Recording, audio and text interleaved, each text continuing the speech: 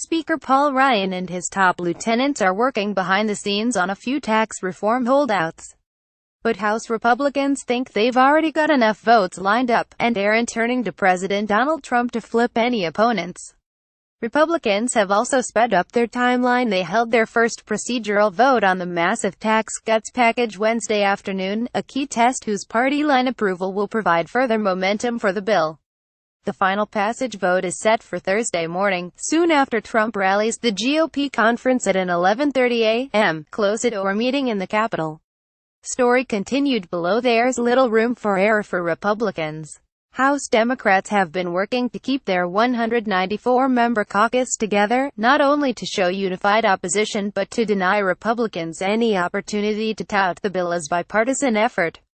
Massachusetts Rep. Richard Neal, top Democrat on the Ways and Means Committee, has been keeping close tabs on the caucus' most squishy members for months and recently redoubled his outreach to individuals who may be considering voting for the GOP plan. On Wednesday, House Minority Whip Steny Hoyer predicted that not a single Democrat will vote for the tax package. "I don't think we'll lose anybody," Hoyer told reporters. "I think the consensus conclusion of almost every Democrat, pro-business Democrat, conservative Democrat, is that this bill is not good for the country, is not good for average working people. By signing up you agree to receive email newsletters or alerts from Politico. You can unsubscribe at any time." White House sources say they're focusing all their energy on the Senate, with little concern about the House vote. The House Whip team has not had to turn to the president to move people from no to yes, if only because most Republicans are so desperate for a legislative win. That's a shift from a few months ago, when Trump persuaded wavering House members to pass legislation repealing Obamacare. Republicans can afford to lose only 22 GOP votes. Most of those opponents, House Republican sources say, will be lawmakers from high-tax states, including half the delegation from New York and most of New Jersey, and perhaps one or two from California. Those members' constituents could see a tax increase under the GOP plan because the bill acts as their most prized tax break, the state and local tax deduction. House Majority Leader Kevin McCarthy has been working to keep fellow California Republicans on board after Rep. Lisa peeled off last week.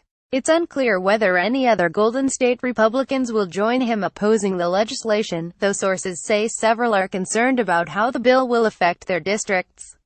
Meanwhile, some conservatives are sulking over leadership's refusal to include a repeal of Obamacare's individual mandate in the tax bill.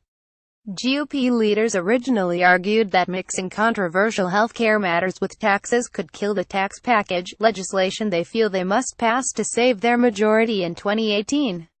They speculated that the Senate would be unlikely to pass such legislation if the two were combined, particularly because the upper chamber failed to rally around a single Obamacare replacement proposal. But on Tuesday, Senate Republicans added the mandate repeal to their bill, surprising House GOP leaders and causing envy among some rank-and-file House members. Republican Study Committee Chairman Mark Walker RNC tried to convince House leaders Tuesday night to add the mandate repeal to the House bill, offering an amendment co-signed by 60 House Republicans during a Rules Committee hearing to combine the two issues.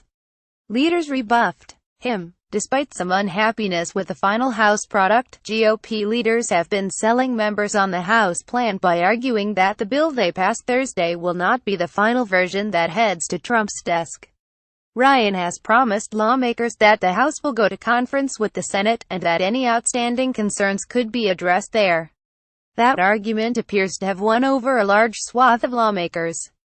Conservatives who want the individual mandate in the bill are willing to wait. Others with more niche concerns, like preserving the historic tax credit to renovate older buildings, or changes they want made to the small business tax cuts, are similarly holding their fire. That's still a few weeks away, as Senate Republicans are expected to vote on their tax bill after Thanksgiving. After Senate passage, GOP leaders in both chambers will appoint conferees to begin hashing out their differences, from the phase-in of the corporate tax cuts to how they handle high-tax areas. House Democrats, meanwhile, are working to keep members unified in opposition to the bill. The White House and Ways and Means Committee Chairman Brady had courted some blue dogs and other moderate Democrats since the spring, hoping to pick off a few when their bill eventually made it to the floor. Neal has met with each coalition within the caucus in recent months, from the pro-business New Democrats to the Congressional Progressive Caucus, to get a read on members. And in the 2 weeks since the House GOP bill was first introduced, he touched base with members considering supporting the plan, working them on the House floor, or coordinating with other messengers to talk to them.